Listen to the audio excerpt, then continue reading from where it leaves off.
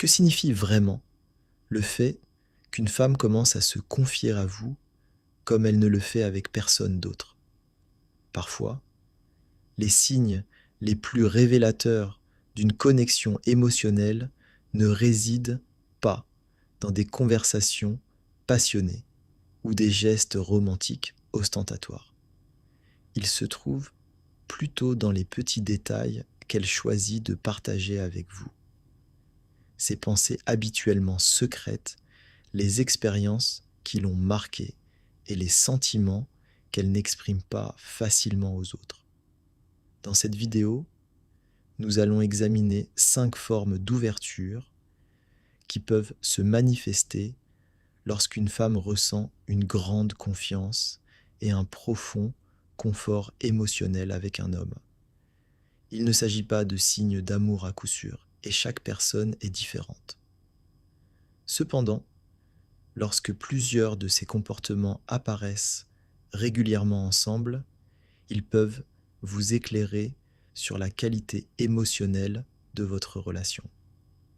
Alors, si vous vous êtes déjà demandé si une femme se sent vraiment à l'aise avec vous, restez jusqu'à la fin, car le dernier point est peut-être le plus important. Commençons. 5e point. Elle se sent à l'aise de parler de ce qui la préoccupe. Réfléchissez à la façon dont les gens se comportent généralement avec une personne en qui ils n'ont pas une confiance totale. Ils montrent souvent leur meilleur côté. Ils peuvent parler avec assurance, garder leurs problèmes pour eux ou éviter de révéler ce qui les rend incertains. Mais lorsque la confiance émotionnelle s'installe, ce comportement peut graduellement changer. Une femme peut commencer à vous parler de ce qui l'angoisse, de ses insécurités personnelles, de souvenirs douloureux ou de situations qui l'affectent encore émotionnellement. Ça ne veut pas nécessairement dire qu'elle est faible. En réalité, s'ouvrir demande beaucoup de confiance en soi. Lorsqu'une personne sent qu'elle peut partager quelque chose de personnel sans être immédiatement critiquée ou gênée, elle se sent beaucoup plus en sécurité pour s'exprimer. Et c'est là que votre réaction devient cruciale. Vous n'avez pas toujours besoin de régler le problème. Parfois, elle ne cherche pas du tout de solution. Elle a peut-être simplement besoin de quelqu'un qui l'écoute sans la juger immédiatement. Alors, quand elle vous confie quelque chose de personnel, ne le tournez pas en dérision. Revenez-y pas plus tard pour avoir le dernier mot. Et ne la faites pas regretter de vous avoir fait confiance. Écoutez-la plutôt. Posez des questions pertinentes. Et laissez-la terminer sa phrase.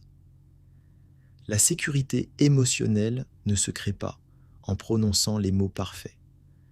Elle se construit au fil des expériences répétées, où chacun apprend que l'honnêteté sera respectée. Si ces conseils en psychologie et relations vous plaisent, abonnez-vous et restez avec nous pour le point suivant. 4e point, elle se confie progressivement davantage sur son passé. Votre passé fait partie intégrante de qui vous êtes aujourd'hui. Vos expériences, vos erreurs, vos relations et même les moments difficiles que vous avez surmontés peuvent influencer votre façon d'aborder vos relations actuelles. Alors, quand une femme commence à se confier davantage à vous, ça peut être le signe qu'elle vous permet de la comprendre plus profondément. Elle peut parler de ses relations passées, elle peut évoquer des erreurs qu'elle regrette, elle peut expliquer pourquoi certaines situations sont difficiles pour elle aujourd'hui. Et parfois, elle peut même vous parler d'expériences dont elle n'est pas particulièrement fière. Ne présumez pas tout de suite qu'elle vous compare à quelqu'un de son passé. Souvent, elle vous donne simplement du contexte. Elle vous aide à comprendre l'origine de certains comportements, peurs ou attentes. C'est pourquoi la maturité est importante. Ne la questionnez pas sur son passé. Ne vous comparez pas à des personnes que vous n'avez jamais rencontrées. Et surtout, n'utilisez pas une confidence comme une arme lors d'un désaccord.